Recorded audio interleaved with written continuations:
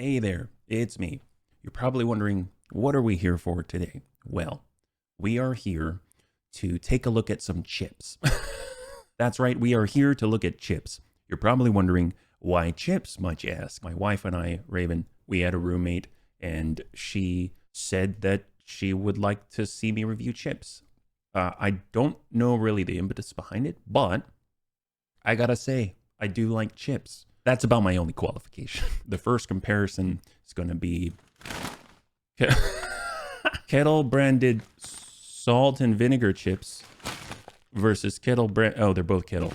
Let me try this again. It's going to be Kettle brand salt and vinegar chips, which are Kettle. I mean, they're probably Kettle. Is it Kettle fried, Kettle baked, air fried, Kettle cooked, air finished? You know, they're both Kettle chips. We're going to compare the two. As far as I see it, there's two main types of chips. You could have ones that you eat as they are, and then you got ones that can be either eaten as they are, but also are pretty good as a platform for dips. One of my favorite things in the world, chips and salsa. When I was a kid, I would go to Chevy's, and they had this fantastic contraption in the middle of this restaurant, and it was like a big chip maker. I remember one time I went over there and I decided that I wanted to see how it worked. It was like a stand mixer, you know, those KitchenAids, like a huge KitchenAid the size of a small child. Actually larger than a small child, now that I think about it. It was like a big child. You had a big stand mixer the size of an oversized child, and inside was a bunch of dough. And would go through this whole Rube Goldberg thing like Mousetrap, the board game, and then would come on out, and everything was just glorious. I mean, they were light, translucent. You could kind of take them and put them on the palate of your mouth and sort of push on them with the bottom of your tongue. And there was still a little bit of oil there. And they had gone through and been sort of dusted with salt. So every once in a while it's a little uneven, which is like great. You don't want it to be too taciturn, bland, straight, equal. You want that sort of like burst of salt, burst of oil.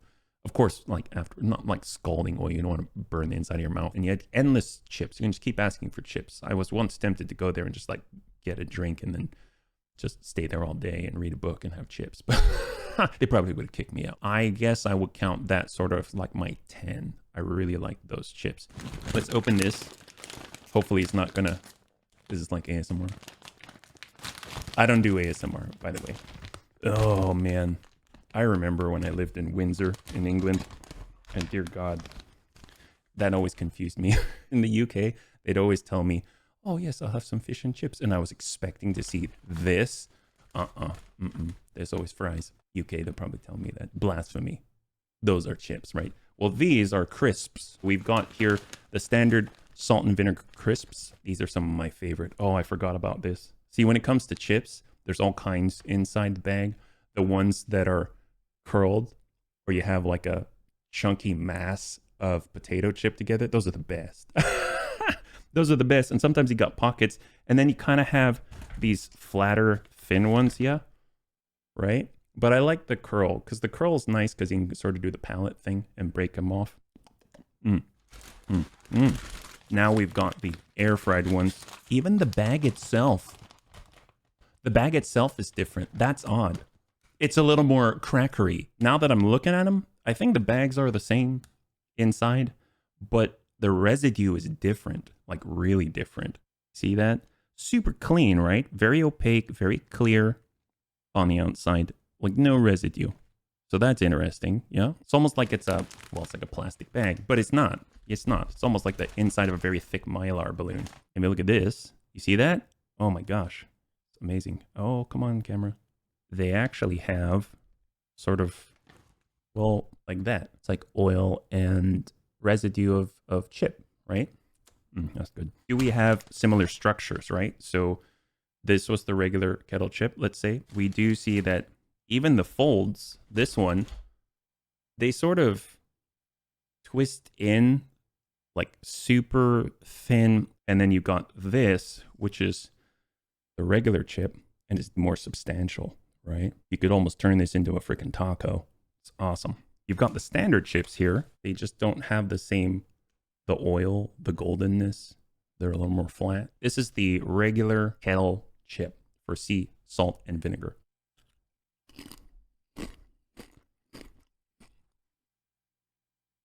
It's so that is oily. I mean, it's in a nice way, and it even coats my mouth.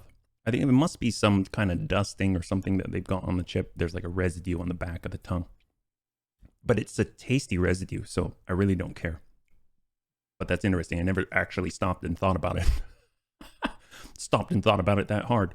And then we got the regular chips here. This is the air fried one.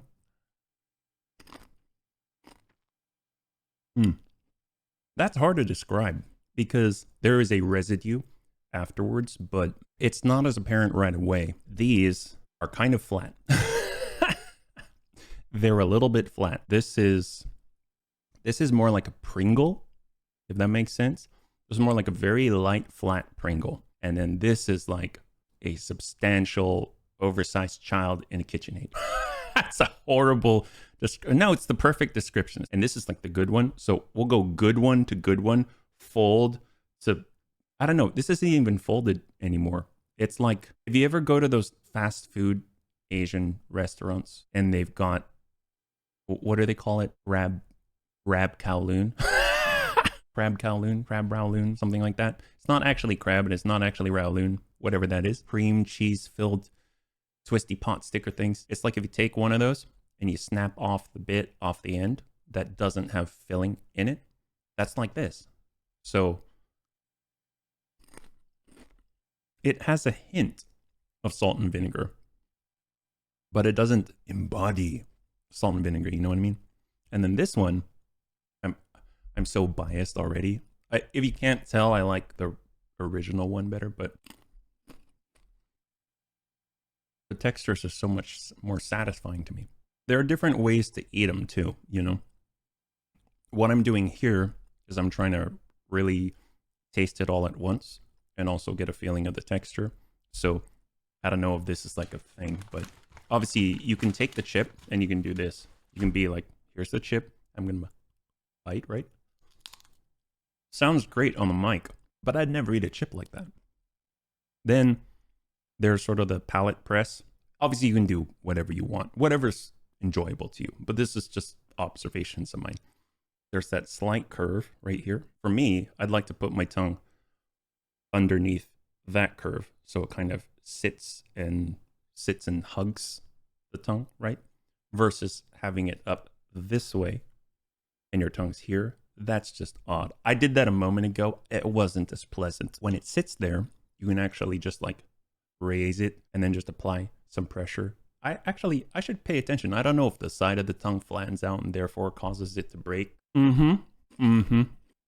That's great. It just sort of goes wide and expands. That's one of the cool things about salt and vinegar too. You sort of get the bite. There's the aftermath and it sort of diffuses. But yes, that's probably how I would do it. I would put the chip on the tongue and then would raise it to the palate. And just by the shape alone, it's sort of, your tongue, I guess, naturally widens, spreads out like that, pushing the parts that aren't flat against the palate. And it goes up. And since it's brittle and rigid, the whole thing just, it's normalization in magic, right? It's magical normalization. If I do the same with this chip, there's a bit of a problem because it's a confused chip. Look at this. Which side is what? You could have the argument that, in a way, you could put your tongue anywhere because there's a concavity there. But if I put my tongue here, then there are raises. I put my tongue here, there are raises. It doesn't fully encapsulate the tongue. It's not a big deal.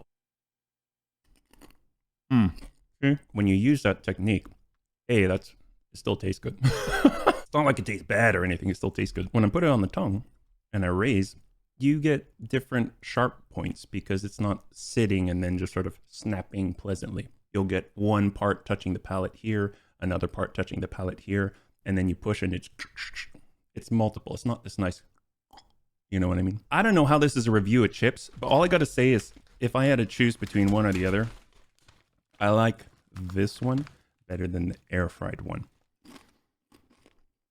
In conclusion, I love chips. Yeah, that's it. I love chips. I don't know if this was enjoyable, but Are there other rubrics out there that people are interested in hearing about? Either way, I love chips. And if you like chips, I'd like to know what kinds of chips you'd like. Because I'm always open to trying new chips. Maybe we'll be back with more chips.